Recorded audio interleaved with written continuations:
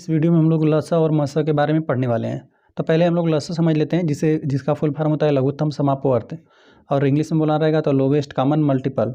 Lowest common multiple या फिर आप इसको एलसीएम भी कहते हैं। ठीक है, तो यहाँ पर हम लोग लिख देते हैं एलसीएम भी आप इसको कहते हैं। और समापवर्त का मतलब होता है ना गुणज। गुणज का मतलब होता है पहाड़ा पढ़ना। ठीक है, जैसे देखिए हम यहाँ पे दो संख्याएं ले लेते हैं और यहाँ पर हम लोग समझते हैं कि लघुत्तम समापवर्त होता क्या है। ठीक है, दो ही संख्या लेते हैं, दो संख्या ले सकते हैं, दो से अधिक ही संख्या लेंगे आप। जब भी हम लोग लोवेस्ट कॉमन मल्टीपल लेंगे ना, तो कम से कम दो संख्याएं तो होना चाहिए ना, तभी हम लोग तुलना करेंगे कि उसमें क्या उनका पहाड़ा पढ़ते जाएँ तो क्या उसमें छोटा से छोटा संख्या मिलेगा। ठीक है, यहाँ पे कम से कम दो होना चाहिए, अधिक से अधिक जो भी रहे दो संख्याएं तो होनी चाहिए। दो से अधिक भी हो सकता है, तीन रहे, चार रहे। ठीक है, तो चलिए हम लोग एग्जाम्पल के लिए दो संख्याएं ले लेते हैं। जैसे हम लोग मान लेते हैं दो है, एक दो संख्या है और एक हमें चलिए सात ले लेते हैं।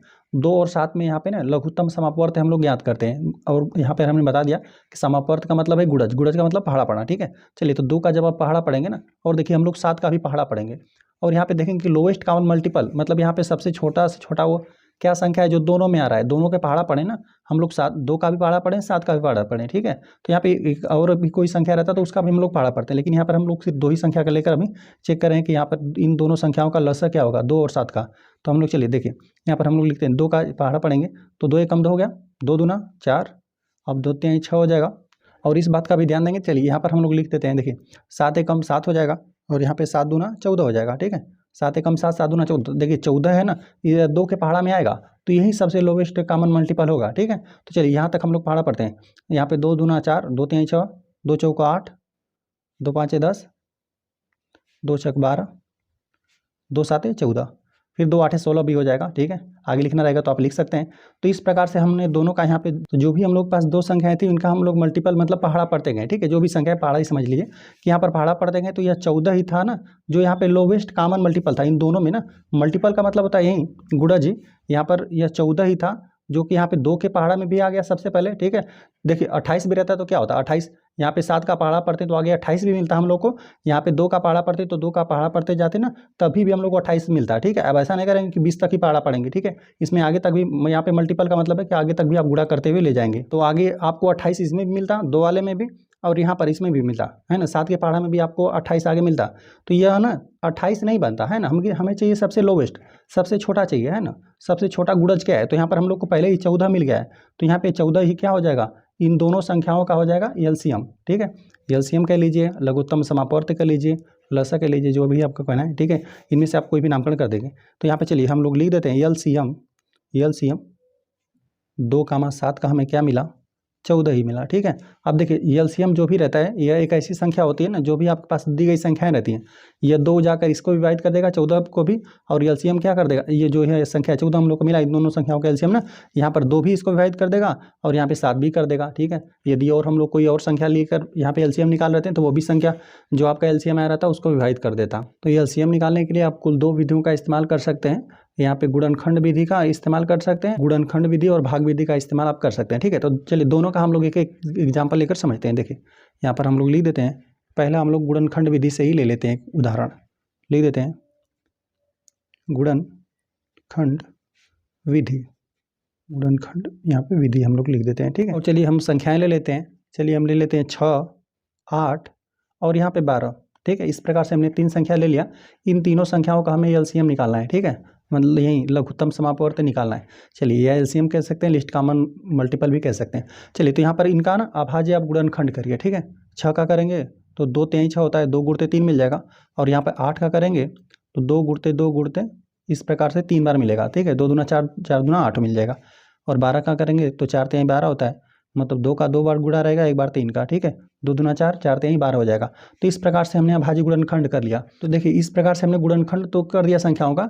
अब देखिए एलसीएम हम लोग किस प्रकार से लिखेंगे, देखिए अब यहाँ पर जो भी गुणनखंड लिखा गया है, देखिए संख्या दो भी है, इसमें भी है, तो सबसे अधिक जो गुणनखंड है उसी में से ले लीजिए। ठीक है, देखिए 3 बार यदि 2 का गुणा रहेगा ना तो उसमें यह भी आ जाएगा, और यहाँ पर 2 बार गुणा तो यह भी आ जाएगा। ठीक है, तो आप हम लोग लिख देते हैं एलसीएम किसका, 6, 8, 12 का कितना हो जाएगा, चलिए 3 बार 2 का इसमें गुणा रहेगा ही। ठीक है, क्योंकि आप ऐसा गुणनखंड लेंगे जिसमें हम लोग को देखिए लिस्ट कॉमन मल्टीपल होता है ना, तो यह सब गुणनखंड उसमें होना चाहिए। ठीक है, उसमें यहाँ पे 2 गुणते 2 बार यहाँ पे यह भी होना चाहिए। अगर यदि उसमें हम लोग लें तो 2 गुणते 2 गुणते 3 भी मिले उसमें यह भी मिलना चाहिए, 2 गुणते 2 भी मिलना चाहिए उसमें, और 2 गुणते 3 भी मिलना चाहिए। ठीक है, तो इसीलिए क्या करेंगे, यहाँ पे गुणनखंड यहाँ पे सबसे अधिकतम आप लेंगे। ठीक है, जो सबसे 2 का सबसे अधिकतम गुणनखंड हमने ले लिया। ठीक है, 2 गुणते 2, तो इस प्रकार से हम लोग ले लेते हैं, 2 गुणते 2 हमने ले लिया। ठीक है, तो अब इसमें यह भी आ गया। ठीक है, यह भी 2 सम्मिलित होगा, यहाँ पे 2 गुणते 2 यह भी सम्मिलित हो गया।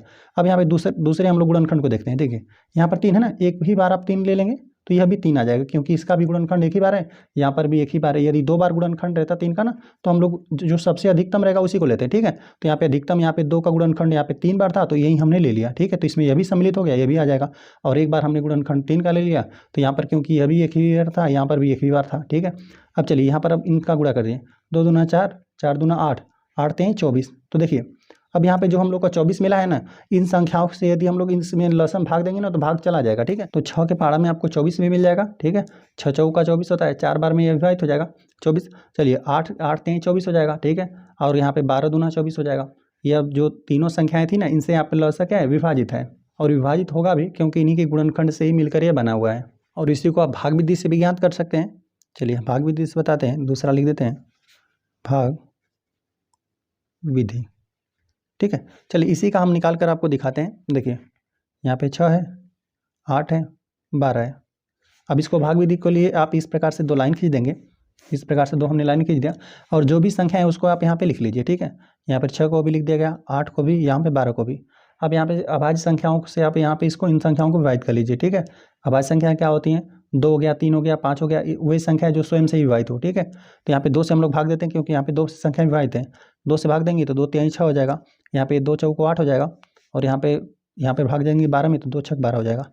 चलिए यहाँ पर फिर अभी 2 से इसमें भाग जाएगा, इसमें भाग जाएगा, तो 2 से ही भाग देते हैं, इसमें नहीं जा रहा तो इसको इसी प्रकार से नोट कर लेंगे। ठीक है, और यहाँ पे 2 दूना 4 हो जाएगा, 2 तिहाई 6 हो जाएगा, लेकिन अभी देख रहे हैं 2 है ना, तो अभी 2 से भाग जाएगा। चलिए 2 से भाग देते हैं, तो यह 3 इसी प्रकार से रह जाएगा, यहाँ पे 2 एकम 2 हो जाएगा, और 3 इसी प्रकार से यहाँ पे नोट कर लेंगे। अब संख्या 3 से एक बार भाग दे दीजिए, 3 एकम 3 हो गया, ये एक तो है ही, यहाँ पे 3 एकम यह 3 हो गया, और बस इन सभी जो गुणनखंड आपको मिले इनका आप गुणा कर लीजिए। ठीक है, यही हो जाएगा आपका एलसीएम। तो यहाँ पर हो जाएगा, लिख देते हैं हम लोग LCM 6, 8, 12 का, यहाँ पे देखिए यही सब है, 2 गुणते 2 3 बार, और एक 3 है। ठीक है, 2 दूना 4 दूना 8, 8 तें 24, तो यहाँ पर हमने 24 लिख दिया। अब 24 क्या है, अब 24 एक ऐसी संख्या है ना, जो यहाँ पे इन तीनों संख्याओं के पहाड़ा में मिलेगी। ठीक है, इसका भी गुणज है, यहाँ पे इसका मतलब यहाँ 6 का पहाड़ा पढ़ते जाएंगे तभी भी 24 मिलेगा, 8 के पहाड़े में भी 24 आएगा, और यहाँ पे 12 के भी पहाड़े में 24 आएगा। तो इस प्रकार से यहाँ पे दोनों सेम ही प्रश्न को हमने हल करके दिखाया, और देख रहे हैं दोनों में क्या है, एलसीएम सेम ही आएगा। आप चाहें तो इस विधि से भी कर सकते हैं हल, और यहाँ पे गुणनखंड विधि से, या फिर आप भाग विधि से भी हल कर सकते हैं। तो जब भी आपको 2 या 2 से अधिक संख्याएँ दी रहें, आपको यदि उनका लघुत्तम समापवर्ती एलसीएम निकालना है, तो आप गुणनखंड विधि या भाग विधि का इस्तेमाल करके आप उसका निकाल सकते हैं। चलिए अब हम लोग मस ज्ञात करना सीखते हैं। तो हमने लिख दिया मस महत्तम समापवर्तक, HCF highest common factor. Factor मतलब यहाँ पे गुणनखंड की बात हो रहा है, यहाँ पे महत्तम समापवर्तक का मतलब क्या होता है, गुणनखंड। यहाँ पे लिख देते हैं हम लोग,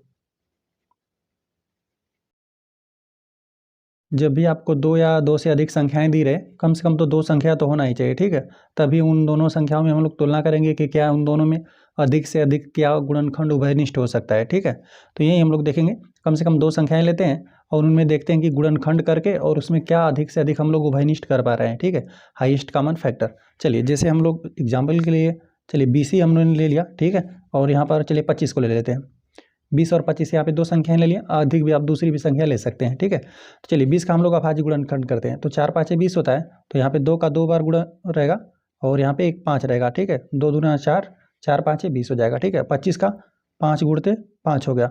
तो इस प्रकार से जो भी आपके पास संख्या दी रहे उसका आप गुणनखंड लिख लेंगे। ठीक है, गुणनखंड लिखने के बाद आप देखेंगे कि इन दोनों के गुणनखंड में ना सबसे अधिक क्या आप लोग उभयनिष्ठ ले सकते हैं। ठीक है, जो इसमें भी रहे इसमें भी रहे। ठीक है, तो यहाँ पे गुणनखंड मौसा निकालना है आपको, महत्तम समापवर्तक हाईएस्ट, HCF भी कह सकते हैं हाईएस्ट कॉमन फैक्टर। तो यहीं पे इन दोनों में सबसे अधिक क्या गुणनखंड हो रहा है, देखिए 5 इसमें भी है, 5 इसमें भी है, या तो इसके ले लीजिए या तो इसको, है ना, मतलब 5 संख्या इसमें भी है और इसमें भी है, तो हाईएस्ट कॉमन फैक्टर इन दोनों में क्या बना, यही 5 ही बना। यदि मान लेते हैं कुछ भी नहीं मिलता तो हमेशा हाईएस्ट कॉमन फैक्टर क्या हो जाता है, 1 हो जाता है, यदि दोनों में कुछ भी उभयनिष्ठ ना हो। ठीक है, मान लेते हैं यहाँ पर हम लोगों ने इस प्रकार से लेते हैं हम लोग 4 और 5 ले लेते हैं। ठीक है, यदि यहाँ पर हम लोग संख्या 4 है और यहाँ पर 5 लेते हैं तो इसका गुणनखंड इसी प्रकार से रहता है, 4 और 2 गुणते 2 और यहाँ पे एक 5 हो जाता, तो इसमें कुछ भी उभयनिष्ठ नहीं है, तो कुछ भी जब उभयनिष्ठ नहीं रहे तो उसका हाईएस्ट कॉमन फैक्टर क्या होता है? 1 होता है। लेकिन हम लोग के यहाँ पे संख्या 20 है, 20 का हमने इस प्रकार से गुणनखंड कर दिया, 25 का गुणनखंड कर दिया, इन दोनों में देखा कि 5 है उभयनिष्ठ, तो यहाँ पर हम लोग लिख देते हैं HCF हाईएस्ट कॉमन फैक्टर 20 का 25 का, 20 का 25 का क्या निकल कर है?